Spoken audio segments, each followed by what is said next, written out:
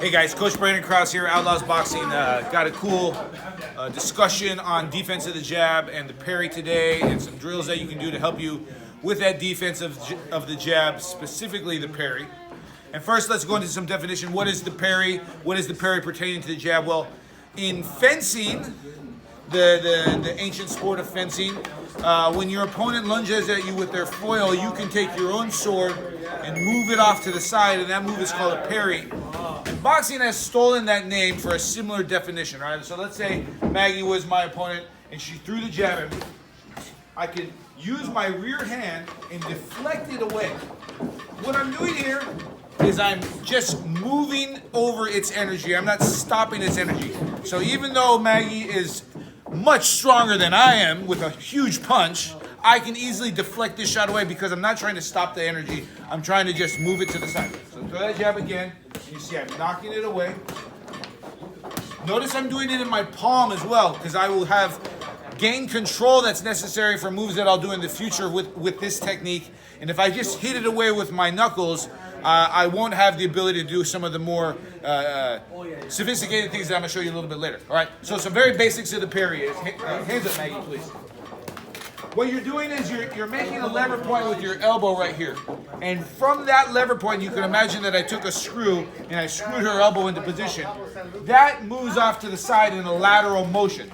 You do not want to let your elbow flare up like this and parry at the shoulder. You want to parry at the elbow like this. And you go, how far should I parry? Well, your goal is to not get hit. And let's say my fist is about 5-6 inches across.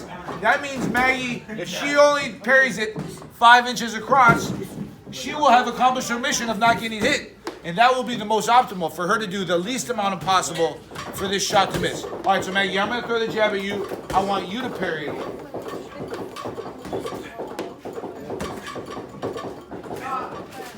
So you notice she's not trying to stop my power. She's just trying to move it over to the side. She's not catching the shot. And there is a technique in which you catch the shot, but that's not what we're practicing right here. And she's not exposing her rib, particularly her liver that's going to be right under that right elbow, using that as a parry point. Because this is what your opponent's going to do. Your opponent's going to be throwing that jab and watching you and studying you and trying to feint you out of position and trying to get you to overcommit to that parry. So that's a big reason that you don't want to do that. And that your goal should be not get hit, and any more is actually a disservice to you. Here's the reason why.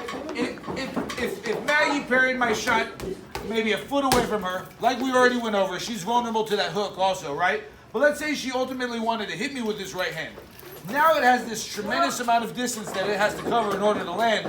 If she would have did it with proper technique and economy of effort, she would be right there to just shoot the right hand off that parry hand because it's in the optimal position to land your counter punch, right? And that should always be the reason you're defending in the first place, is to ultimately get some sort of countering opportunity going. All right, so some things we've gone over is from that stance that her elbow is the lever point of this action.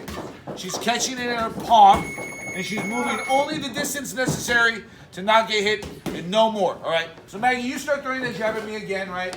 And I'm parrying in a proficient way, and I have control over this jab. Bang! Maybe I could shoot a right hand off of that.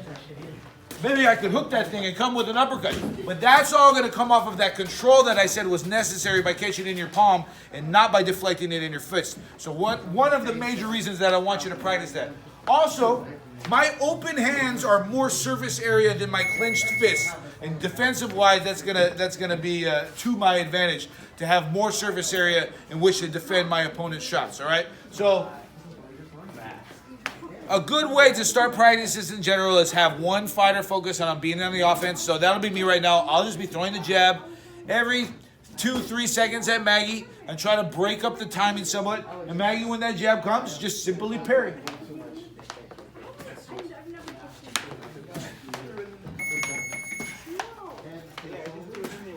And after you got comfortable with this, you would switch directions. Your partner would be doing this, and then eventually you'd go back to some sort of back and forth action. So let's go. You start, and then I'll go.